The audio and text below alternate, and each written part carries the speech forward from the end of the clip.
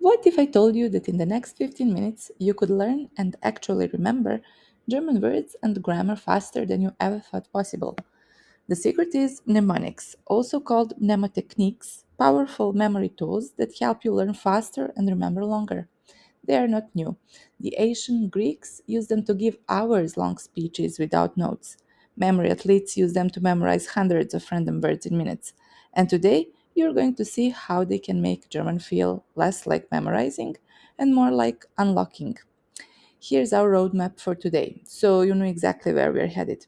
We'll start with what mnemonics are and why they work so well for learning languages. Then I'll show you different types: acronyms, acrostics, visual imagery, memory palaces, with quick, fun examples you can remember right away.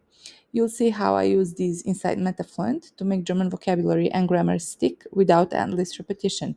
We'll do a short activity so you can experience mnemonics in action and feel how fast they work.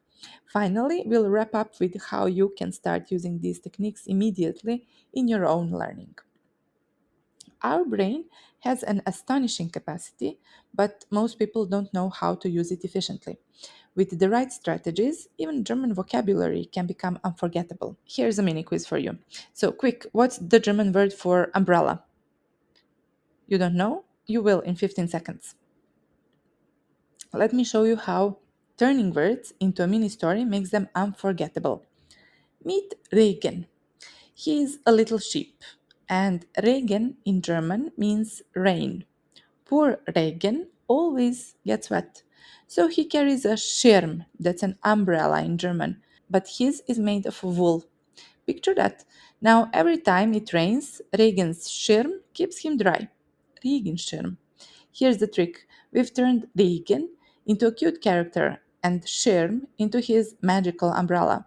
Next time you hear Regen, you'll instantly think of the sheep, the rain, and of course the Schirm, Regenschirm, umbrella. Mnemonics, from the Greek mnemonikos of memory, are memory aids that help us store and retrieve information more easily. They've been used for thousands of years, long before sticky notes and spaced repetition apps.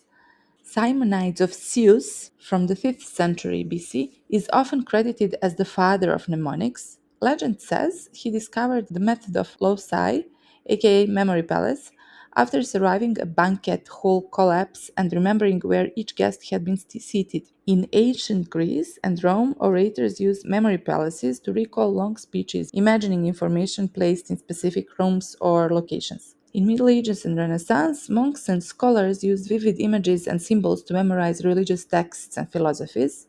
Mnemonics were often visual, bizarre, or emotionally striking because unusual things are easier to remember.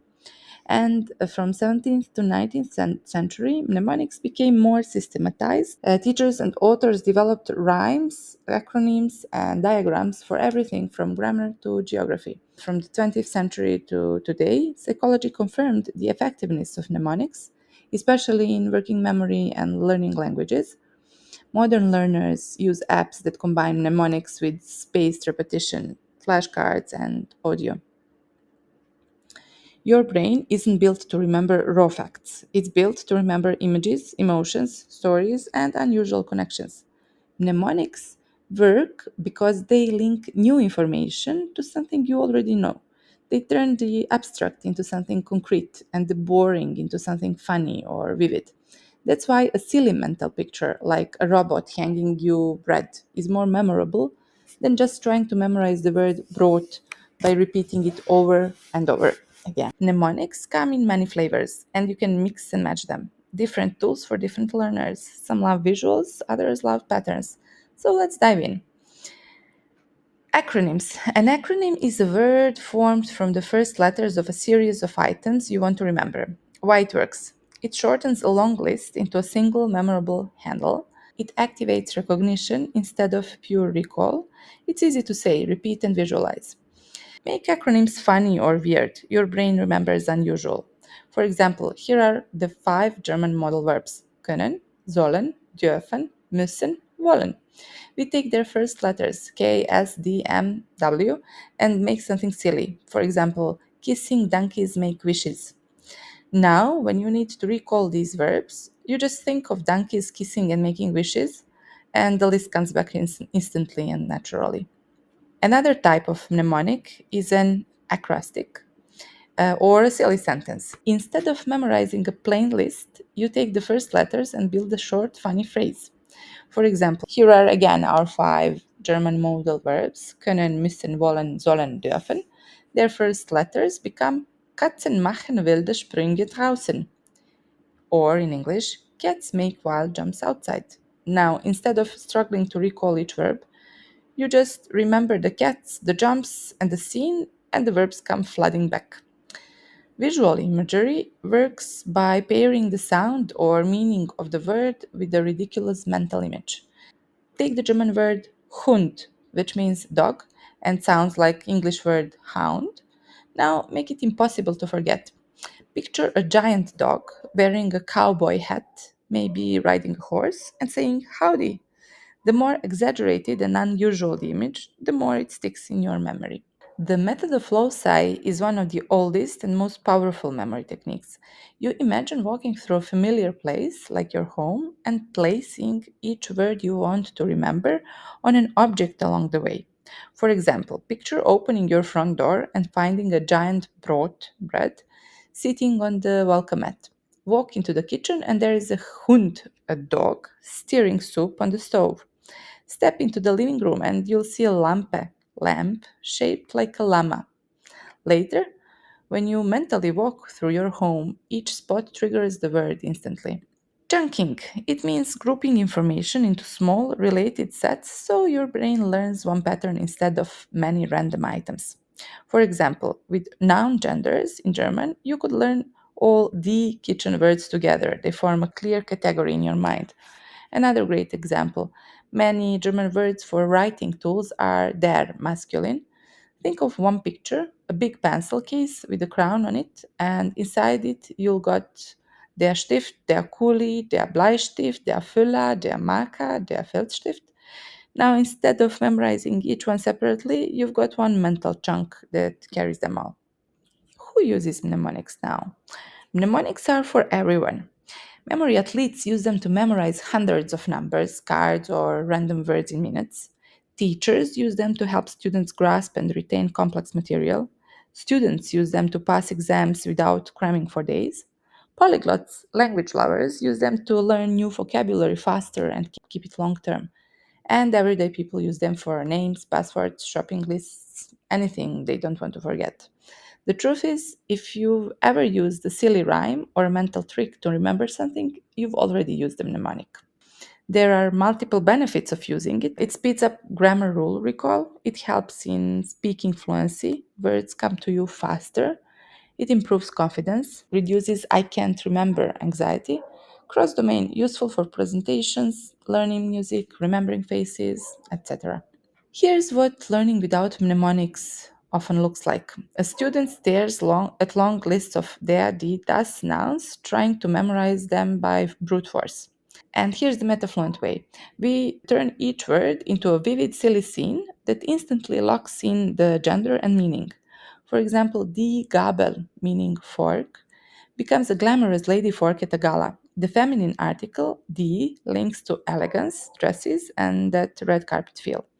We do this systematically, not just for vocabulary, but for tricky grammar too. Cases, verb endings, word order, we anchor them in stories, images, and memory hooks so they become easy to recall in conversation.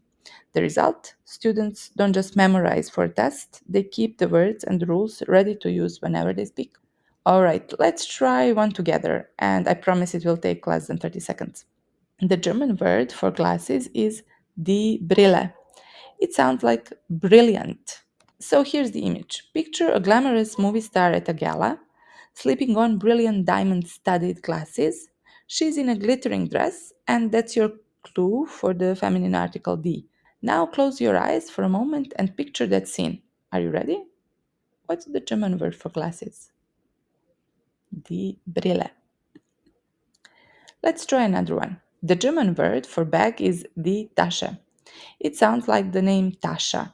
So imagine your friend Tasha walking into the room carrying a glamorous handbag. Maybe it's sparkling, oversized, and turning heads. She's dressed for a night out. That's your clue for the feminine article D. Hold that picture in your mind. So, what's the German word for bag?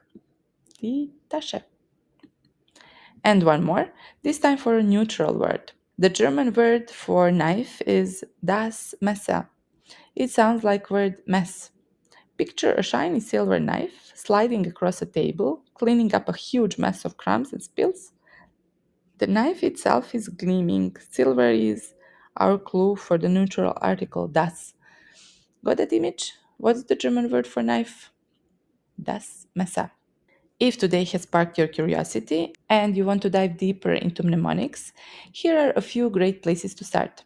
Moonwalking with Einstein by Joshua Foer, part memoir, part deep dive into the world of memory competitions. The Memory Book by Harry Lorraine and Jerry Lucas, a classic hands on guide packed with practical techniques. Unlimited Memory by Kevin Horsley, a clear modern approach to applying mnemonics in everyday life. The Mind of a Mnemonist by A.R. Luria, a fascinating psychological study of a man with seemingly limitless memory, and How to Build a Mnemonic Memory Palace by Sue Mitten, a focus guide on one of the most powerful techniques you can use. Any of these will take what you learned today and multiply it. If you'd rather watch than read, there are also some excellent documentaries. Memory Games on Netflix follows some of the world's top memory athletes, and you'll see these techniques pushed to their limits. And The Mind Explained Memory, also on Netflix, is a short, visually engaging breakdown of how memory works with real life examples. These are perfect for seeing mnemonics in action and understanding just how far you can take them.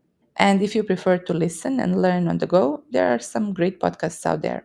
Brain Science has several episodes on memory, covering both the science and the practical side of how we remember. The Art of Memory podcast focuses entirely on mnemonics and memory training. You'll hear tips from experts and memory champions.